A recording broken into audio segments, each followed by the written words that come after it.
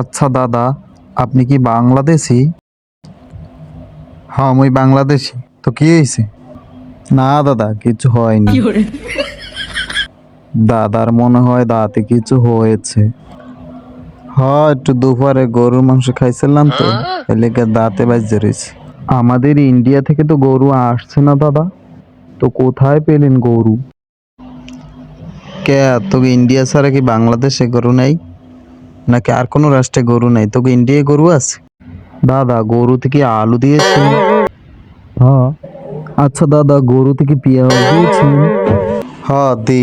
তো কি হয়েছে? তো আলু পেঁয়াজ তো ইন্ডিয়া থেকে আসছে না দাদা, এগুলো কোথায় পেলেন দাদা? কে, তো ইন্ডিয়ার আলু পেঁয়াজ এরপর গরু এগুলো ছাড়া কি বাংলাদেশ চলে না? নাকি বিশ্বের আর কোনো রাষ্ট্রে গরু আলু পেঁয়াজ নাই? আসলে আমাদের আলু পেঁয়াজ গুলো নষ্ট হয়ে যাচ্ছে দাদা। আপনারা আমাদের আলু পেঁয়াজ নিচ্ছেন না বলে সব পচে যাচ্ছে দাদা। যে কালে ফারাক্কা বা সাইডে দিয়ে বাঙালির তলাই মারো, কালে মনে থাকে না? যে কালে 2 দিন পর পর আলু পেঁয়াজের দাম বাড়াই দাও, আলু পেঁয়াজ দেও না, আটকাই রাখো। সেকালে মনে থাকে না যে বাঙালি আব্বা ছাড়া তো আলু পেঁয়াজ তো খাইবে না? এখন আবার আইসি লেগে বাঙালির খাওয়া ধরতে আইসো বাঘ আইন